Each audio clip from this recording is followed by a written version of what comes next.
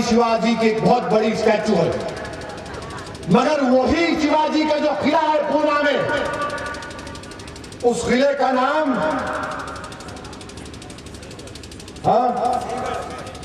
Srinagar fort. वहां पर road के गड्ढे हैं रोड पे जाने के लिए। जाओ कभी बाराबंकी की रोड को गए तो साहब के पास तो बाराबंकी की रोड में आप देख के कंघी कर सकते हैं। हाँ, बारामती, वो बाराबंकी व यूपी में बारामती में। ये क्या है भाई, ये आपको ख्याल नहीं आता? अच्छा, ये मराठवाड़ा का इलाका सबसे पसमानदा, इतने बड़े बड़े लोग यहाँ पर एसबी चौहान, अशोक चौहान, गोपीनाथ मुंडे, कितने बड़े बड़े लोग मरकज में मिनिस्टर बने। अरे तुम क्या करे मराठवाड़ा को, कुछ तो करना था। क्या करे मराठवाड़ा को? वही मराठवाड़ा गरीब का गरीब, वही पसमानदा। यहाँ का मराठवाड़ा के हिंदू, मुसलमान, मराठी, दलित, ओबीसी सब परेशान। आप तो मिनिस्टर बन गए, आपको मराठवाड़ा की फिक्र नहीं, आपको आदर्श की फिक्र है। आदर्श की फिक्र है, इसकी फिक्र नहीं है। और फिर अजीज दोस्तों, आखिर में बात कहूंगा कि अब हमारे सामने एक और चैलेंज, और वो चैलेंज क्या है कि पार्लियामेंट के इलेक्शन आ रहे। पार्लियामेंट के इलेक्शन आ रहे तो बीजेपी ने गुजरात के उस शख्स को अपना वजीर आजम का उम्मीदवार बनाया जिसके जेरे क़यादत हजारों मुसलमानों का कत्लेआम हुआ, जिसके नाक के नीचे कत्लेआम हुआ। आज वो कह रहा है कि नहीं, किसी ने सवाल किया कि मुझे लोग मारे गए, क्या हुआ आपको? तो बोला नहीं, गाड़ी के नीचे कुत्ता आया तो कुत्ते का बच्चे तकलीफ होती ना। बताइए अज़ीज़ान मिल्लत, आज बीजेपी ने ऐसे शख्स को उम्मीदवार बनाया। हम जानते हैं आरएसएस की तमाम सोच और फिक्र को। यकीनन मुझे पूरी उम्मीद है कि हिंदुस्तान की आवाम एक सेक्युलर हुकूमत को बनाएगी। ये आरएसएस के ज़ेरे क़यादत हुकूमत इंशाअल्लाह कभी नहीं बनेगी। ये मोदी जो ख्वाब देख रहा है, ये ख्वाब ही देखता रहेगा। मोदी का ख्वाब इंशाअल्लाह पूरा नहीं होगा। मोदी नाक के लिए इतना बड़ा फेंकता, उन्हें क्या क्या बोल देता नहीं मालूम। इंडिया फर्स्ट कहते, इंडिया फर्स्ट, इंडिया फर्स्ट। अरे इंडिया फर्स्ट ये है कि पटना की रैली में हिंदुस्तानी मारे गए तो आपको जलसे की फिक्र, लोग मर रहे मगर आपको जलसे की फिक्र। मोदी साबिका फौजियों के जलसों से खिताब करके कहा हरियाणा में कि मेरी बड़ी ख्वाहिश थी कि मैं सैनिक स्कूल में पढ़ूं। मैं टीवी पे, लोगों ने कहा कि टीवी पर मोदी ने कहा कि सैनिक स्कूल में पढ़ना चाह रहा था। उसकी पैदाइश 1950 की है और वो 4th क्लास में था। फॉर्म लेकर आया मगर नहीं पढ़ सका। मैं बोला 4th क्लास में अगर था तो 1958-59 होगा, और सैनिक स्कूल बना 61 में। अरे जरा थोड़ा कम फेंको, छोटा फेंको, इतना लंबा लंबा फेंक रहे। अच्छा, फिर फेंक दिए चंद्रगुप्त मौर्य कहते। अरे क्या है भाई, हिस्ट्री तो पढ़ो जरा, हिस्ट्री तो पढ़ो। अरे जो शख्स इंसाफ नहीं कर सका गुजरात में, वो हिंदुस्तान का वजीर आजम इंशाअल्लाह नहीं बन सकता। हम नहीं बनने देंगे इंशाअल्लाह। हम रोकेंगे उसको जमहूरी अंदाज में। जिस शख्स की रियासत में एहसान जाफरी का कत्ल हुआ, जिस शख्स के पास गुलमर्ग सोसाइटी हुई, जिस शख्स के पास बंबई की इशरत जहां को मारा गया, इशरत जहां को मारे, आवाज उठाना था। मैं गया दिल्ली से इशरत जहां के जनाजे में। आपके मीडिया ने कहा एमपी आया है टेररिस्ट के जनाजे में। मैंने कहा हाँ, मैं मेरी बहन के जनाजे में आया हूं और तुम मुझे नहीं रोक सकते। और जब हम किसी को अपनी बहन कहते तो हमारी बहन दहशतगर्द नहीं हो सकती। इशरत जहां को मार दिए गोली। इशरत जहां की मां इंसाफ के लिए लड़ रही है। कांग्रेस वाले आप बोलते देखो आप, और मोदी बुरा है, इशरत जहां को मार दिया, ठीक है कांग्रेस वालों, तो बताओ ख्वाजा यूनुस को किसने मारा था? किसने मारा ख्वाजा यूनुस को? क्या एक मुसलमान की जान की कीमत 10 लाख रुपए? तुम्हारे बच्चे को अगर हम चप्पल से मारेंगे और बोलेंगे ले लो 5 लाख, तो तुम क्या लोगे 5 लाख? जब तुम्हारे बच्चे को चप्पल से मारने की कीमत 5 लाख नहीं, तो मेरी जान की कीमत 10 लाख कैसे हो सकती है? क्या मैं इंसान नहीं हूं?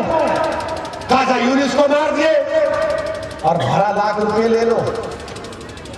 ये क्या लॉटरी का टिकट है? ख्वाजा यूनुस को मार दिए, इसने इशरत जहां को मारा तो तुमने ख्वाजा यूनुस को मारा। उसने बच्चों को जेल में डाला तो तुमने भी बच्चों को जेल में डाला।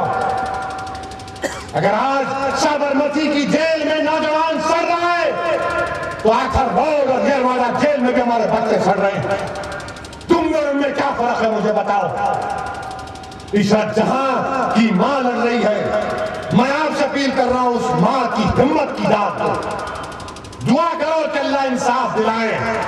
दुआ करो कि वो होम मिनिस्टर जिसकी क़यादत में इशरत जहां को मारा गया, अल्लाह उसको भी सजाए मौत दिलाए जिस तरह हिमायत बेग को मिली। सब लोग इशरत जहां को भूल गए, ख्वाजा यूनुस को भूल गए। हम ना ख्वाजा यूनुस को भूले, ना हम इशरत जहां को भूले, ना हम सोहराबुद्दीन को भूले, हम किसी को नहीं भूले।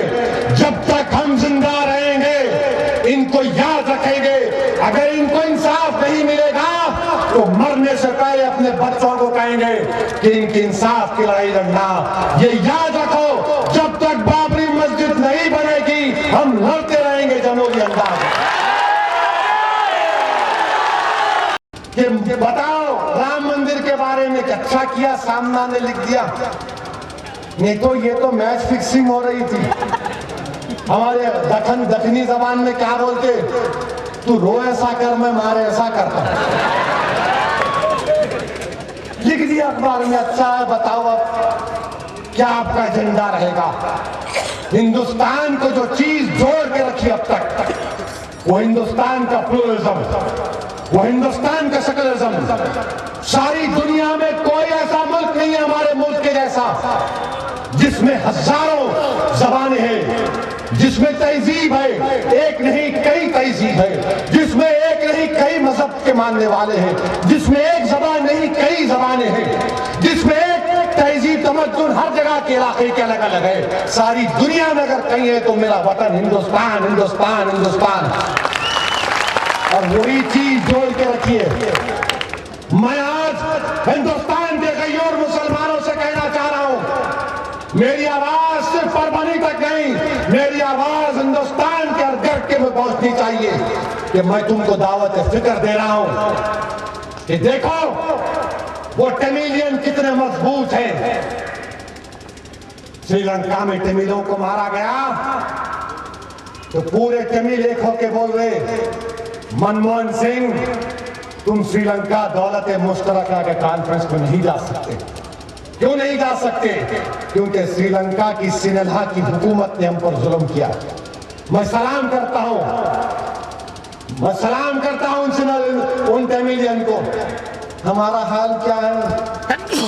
नहीं आपा आके बोलेंगे, उन्हों आके बोलते कहते कुरान की बेहरमती हुई, अल्लाह का कलाम जिसके ताल्लुक से फरमाया गया कि अगर इस कलाम को पहाड़ों पर नाजिल किया जाता तो पहाड़ चूर हो जाता, वो कलाम की बेहरमती हुई। बच्चे एहतजाज करे तो राष्ट्रवादी के एमएलसी लिख के दे गए लव लेटर। ये बच्चे इंडियन मुजाहिदीन के, अरे क्या है जी आपा जानी, इसके आगे नहीं बोलता मैं, समझे ना?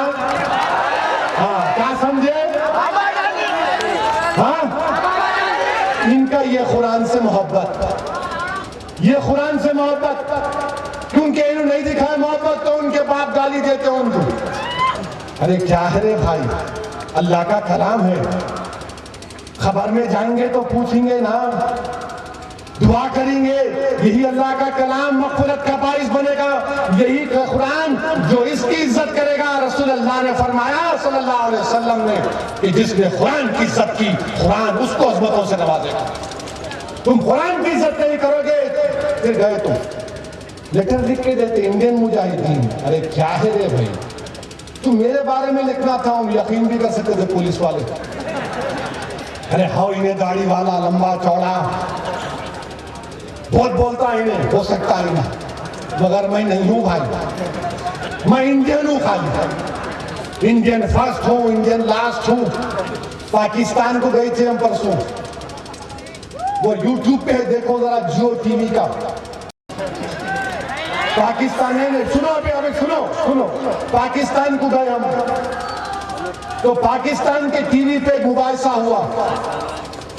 इधर हिंदुस्तान के एमपीज, मैं, मणिशंकर अय्यर, कीर्ति आजाद बीजेपी, उधर जमात इस्लामी के बहुत बड़े लीडर है, उन्होंने शुरू हो गए, हिंदुस्तान में हम जिहाद कर रहे, कश्मीर में कर रहे, ये कर रहे, आप बांग्लादेश को छोड़े, टीवी पे है, आप देख लो, आप यूट्यूब पे।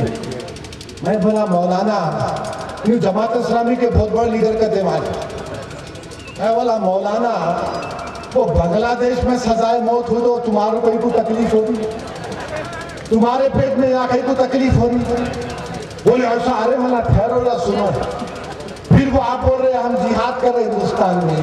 मौलाना, 65 साल पहले हमारे आबा अजदाद फैसला कर लिए कि हिंदुस्तान हमारा वतन है, हम आजादी, मुल्क को जब आजादी मिली तो हम पाकिस्तान नहीं गए। हम क्या बोले कि ये वो जगह है जहां से रसूल अल्लाह सल्लल्लाहु अलैहि वसल्लम को ठंडी हवाएं हैं, ये हमारा मुल्क है। हमने क्या कहा, ये सरजमीन हमारी है, इस सरजमीन पर हमने जहां बानी और हुक्मरानी की, ये ख्वाजा अजमेरी की सरजमीन है ना, ये बड़े बड़े उलेमाओं की सरजमीन है, जिन्होंने रेशमी रुमाल की तहरीक चलाई, जिन्होंने इस मुल्क को अपनी जाने देकर आजाद किया। बोले मौलाना, हमारी फिक्र करना छोड़ दो, आप मेरे को ये बताओ, आपके पाकिस्तान में शियाओं की मस्जिद में बम ब्लास्ट कहीं को हो रहा, जिहाद की महफिल हो रही, वहां बम ब्लास्ट हो रहा, ये जिहाद है क्या?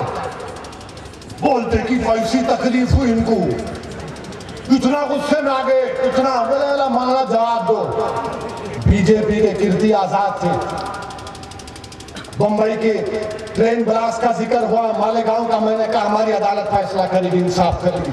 अरे हम पाकिस्तान में बैठकर हिंदुस्तान की बात करें, तुम में दम नहीं है, हम वहां जाकर बात किए, अब भी तुम चेक करोगे हम पे। बाद में जमात इस्लामी के मौलाना मिलकर बोले आपसे ऐसी उम्मीद नहीं थी। भला किधर